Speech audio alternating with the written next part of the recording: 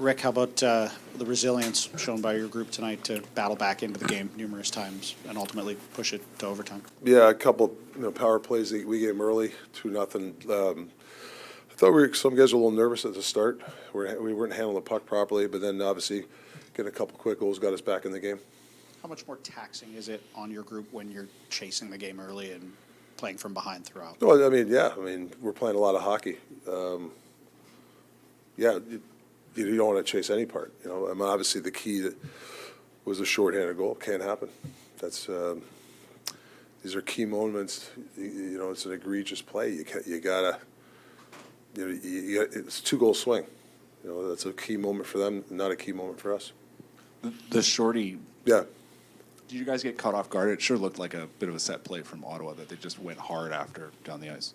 No, it's Millsy's guy. He has, that's his guy. If he just stays back, I don't know if he got surprised. I mean, I told Boeser before to go out, I said, make sure you tell the guys to reload because they're going to take off. And boom, so you just got to be focused at all times. Given the comeback, is that a point gained or was this a point lost? I mean, there was a lot of good things we liked, but there's some key. I think we gave about 5 odd-man rushes. To me, that made no sense. I just watched a couple. I'm not sure what a couple of guys are thinking.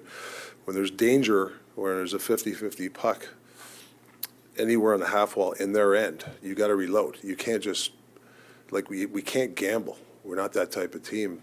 We're hoping a guy's going to win the battle. You lose the battle, and they get an odd-man rush. You can't play that way. And, we're going to have to do some digging on that because that's like river hockey. You can't play that way. We can't play that way. You got Phil DiGiuseppe back just last game. Tonight he gets the assist, and he's in on the forecheck on 2 other goals.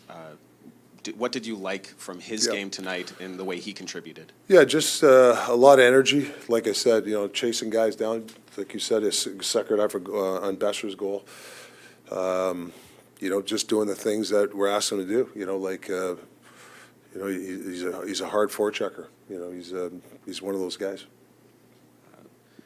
Tonight as well, Quinn Hughes again seemed to be dominant when he was on the ice, creating chances, in on most of the goals. Does it surprise you anymore, or is it just expected that he's going to do that every time he steps on the ice? Well, his will to win. He wants to drive play. He knows that he's the main driver back there. He's every game he gives it everything he's got. I mean, he's been terrific for us. Both Quinn and Brock talked about frustration when we were in the room. What's the key to managing frustration when you're going through a bit of a lull like this one? Well, frustration happens when you're not prepared in certain situations. You got to know what's going on ahead of you. This is my man and stuff. Yeah, you're going to make mistakes, but there's too many times where that I use the word egregious is like, that's your man. You got to take him. Like, for whatever reason, we get lost in the moment sometimes. And then, the other team counters and it's in your net. So you got to be careful. You got to, to me, frustration is just working on your game, being focused at all times, and covering up for guys when make mistakes. I mean, obviously it's a game of mistakes, but we've been giving up too many mistakes this year. When we started, we had the crowd going. We started to get back to the game. I thought we were tilted. I thought the third we had a lot of possession, and then all of a sudden you make somebody doesn't have their man. It's in the net. So we got to clean that up.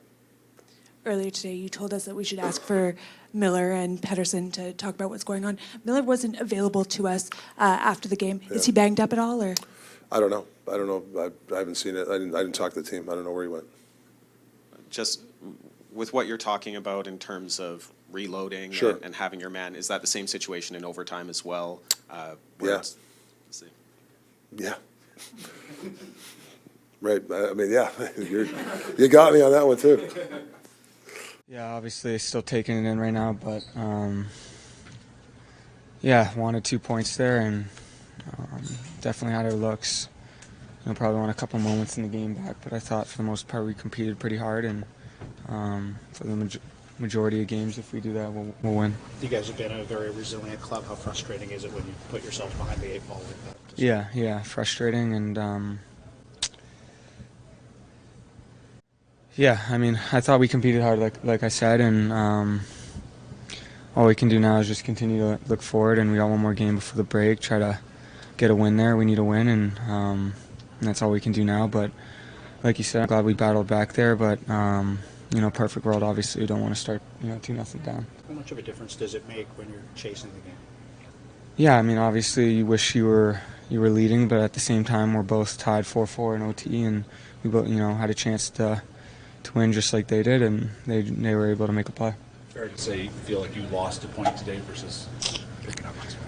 I mean, I won't go that far just because they compete hard too, and they were up the entire game. They're probably thinking that was a well earned point, and I'm thinking that that could have went the other way too, but it just didn't. What's the key to dealing with frustration when you're going through a bit of a lull like this one? I mean, there's nothing else you can do than just try to bring your best and be a good teammate and bring positivity and glass half full mentality, and that's all you can do. There's a point heading into the intermission where you and Brady were talking to the ref for quite some time. I think that Kiefer got hit there at the end by Brady, and they were just talking about whether that was going to be a penalty or not. They decided against it, so yeah.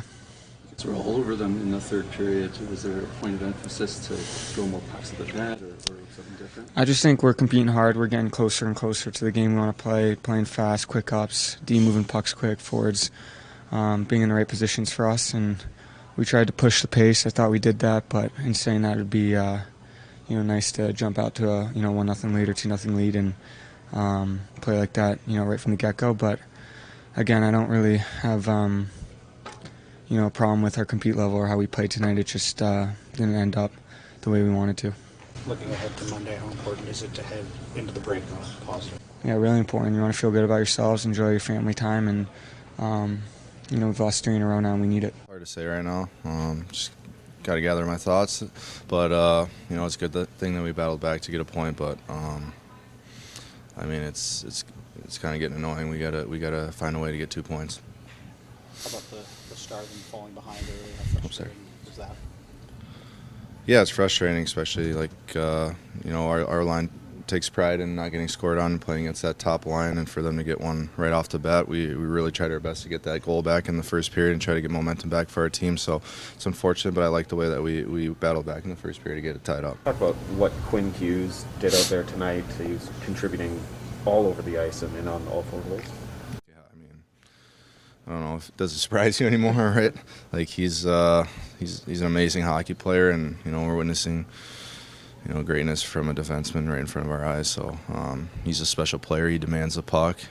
He has such a high standard for himself, and it just doesn't surprise me that he's out there dominating a game.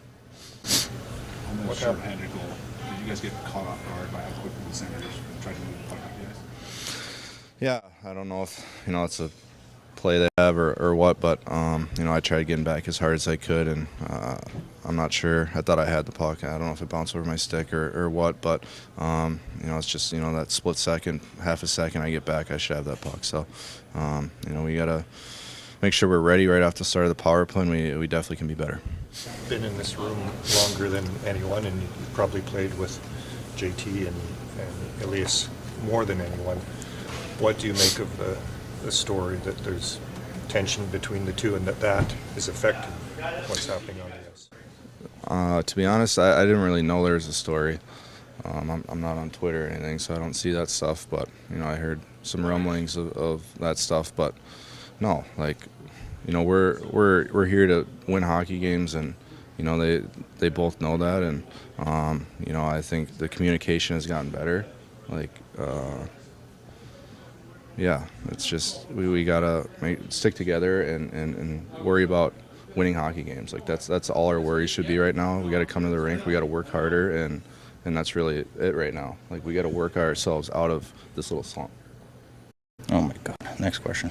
You don't have to play PlayStation together. My PlayStation. Well, who gives a shit about your PlayStation? Who's your favorite player? You can only say me. Quinn? Yeah. He's pretty good. Quinn, thanks for taking the time to come and sit down and chat with me today.